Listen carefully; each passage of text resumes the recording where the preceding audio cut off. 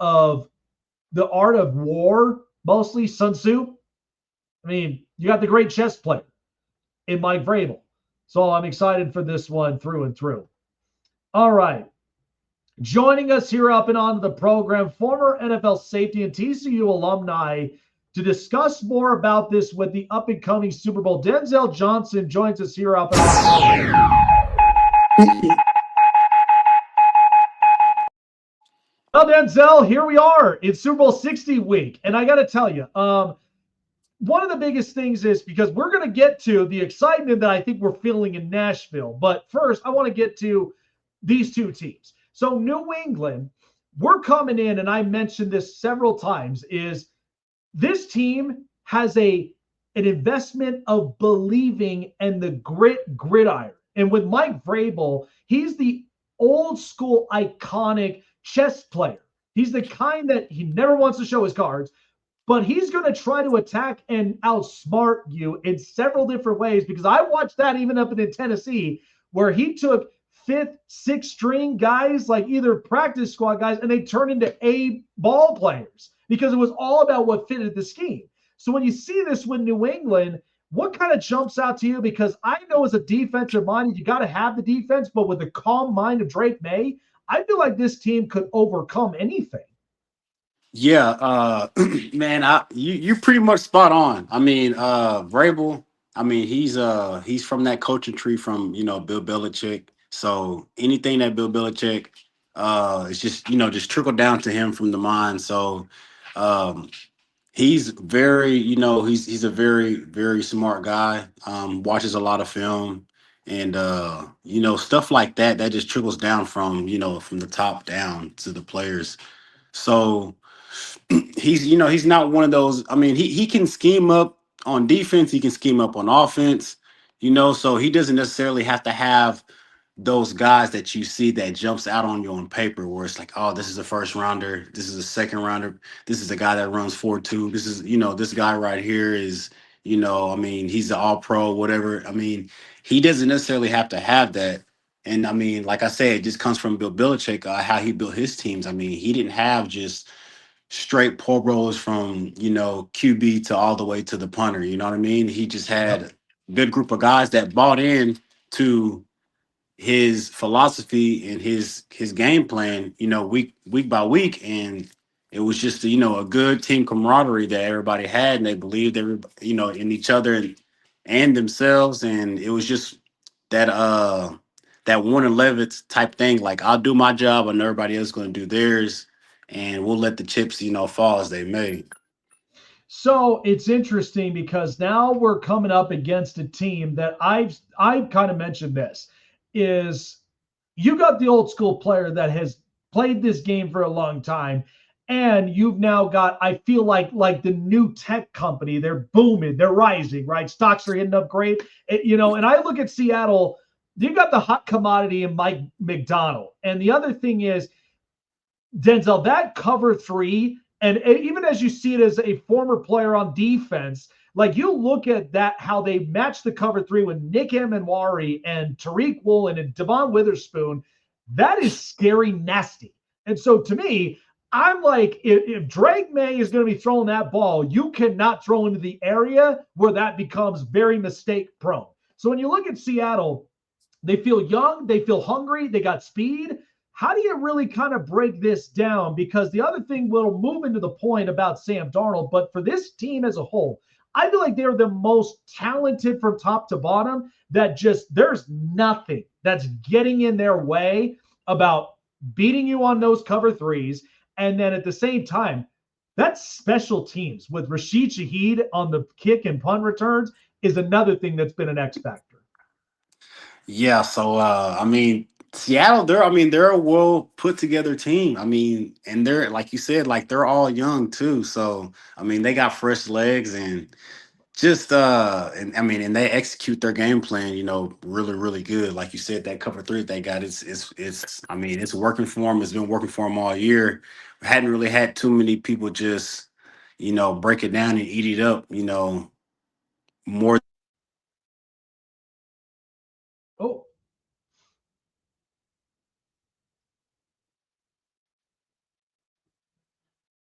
Oh, I think we might have lost him a little bit. Or we'll wait until he picks up.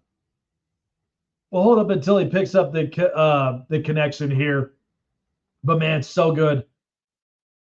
Yeah, like I said, it's a young roster. It's talented. It's fun, and they're really good speedsters. They could get everywhere. They're flying left and right. And the funny thing is that even with the couple of losses that they had, these were not you know terrible losses either. You think about the loss they had in week one against San Francisco, and they were turning some things up. Oh, there we go. All right, we got to back up and into here. Oh, I'm sorry, man. Yeah, I think I lost some kind of connection. Yeah, no worries, man. But yeah, you were saying with Seattle, just kind of breaking it down because yeah, they're young, they're feisty, they're fast, um, but they got guys that can get after it. Yeah, so I think the key thing for New England is just really just just trying to identify what they can on film on what they're in first off, pre-snap, and then sometimes, I mean, Seattle's so good. Sometimes they line up in it, sometimes they hold it, all the way until the snap and move to it. And sometimes, they'll disguise and then move to it, pre-snap. So it's really just identifying, what they're in, and then just figuring out what route concepts work against them, and just, so because you want to move, the nickel over here, so this hole opens up. You want to move the linebacker over here, so this hole opens up. So it's just trying to figure out what route concepts affect certain players, and just trying to pick your spots. Yeah, absolutely. I'll tell you what though, if Seattle wins the Super Bowl, it won't be particularly because Seattle won again another Super Bowl under their belt, and this is their fourth time being here. Hmm. But I think a lot of the story is, and I think this is an inspiration to a lot of youngsters, whether they're in Pee Wee football, high school ball, and even up and in college. But Sam Darnold has been such a story that I think the fact that he getting knocked around in where he was with the Jets, the first four games in Carolina, it felt like, okay, he might have found a spot, but then eventually came back down to earth. But then Minnesota took a chance, and unfortunately, he moved on, which I understand. You got a young quarterback, you don't want that hanging over your back. But Seattle took a chance. They rolled the dice. So, and you got to think, this is the same quarterback in the same draft class as Baker Mayfield, Josh Allen, Lamar Jackson, and Josh Rosen. And he's about to do the unthinkable. So when you think about that, how inspiring is that for a player to be at where he was and to be in the big game? And eventually, if that does happen, there's got to be a immense amount of respect put on Sam Darnold's name. Oh yeah, 100%. I mean, like you said, I mean, he went to the Jets, and at that time they just weren't a good team, good organization. They were just, a losing team every single year. And trying to be a young QB and going to a team that's not so good, you don't have all the pieces around you to help you out. You may not have that veteran QB to help you out. You're navigating all that stuff by yourself. And a lot of times, whenever that happens, it's, a first year coach, or, first year coordinator, stuff like that. So they're trying to figure it out too, because it's their first time. And it's just a tough situation. Um, I think a lot of players are like Sam Darnold in a sense where, you know, I think it's just sometimes I feel like in the NFL sometimes they give up on players too fast.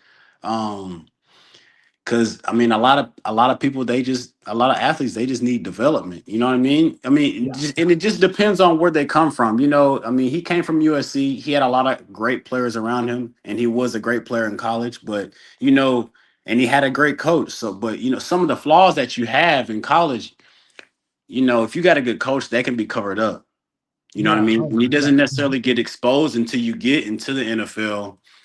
And if they're not willing, if they can't help cover those flaws that you have up with, players and pieces around you, they get exposed, and then everybody thinks, oh well, he's a bust. All the talk about that, and then you get that certain that that goes around the league like, oh, he's a bust, he's probably not doing this or he's probably not doing that, and then you get that negative vibe, going through the NFL rooms. But I mean, I'm glad that he bounced around a little bit, he figured it out, he had a few teams take a chance on him, and then I'm really glad that it's working out for him in Seattle. I don't know Sam personally, but I mean, I played with players from USC and they loved him. So, I mean, Yeah. props to him. And you know what? Likable guy. And the big thing is, too, like when you land the spot that you just feel like I am a part of something bigger that they invest in you that much. The coaching does, the GM, and it's everybody in the building. And so that's the best feeling to have. And so I'm excited for this game. I think it's going to be a lot of fun. A couple of questions before letting you go. One of the things that I think this is interesting because it pertains to your position. So we're looking at the coaching carousel. And one of the things that one of the coaches that stands out to me that I have a good feeling, but it's not that he's going to immensely change the culture of what they are. But Jesse Minter in Baltimore, what we watched him do with the Chargers is he rallied around this defense amongst guys like Khalil Mack and Derwin James.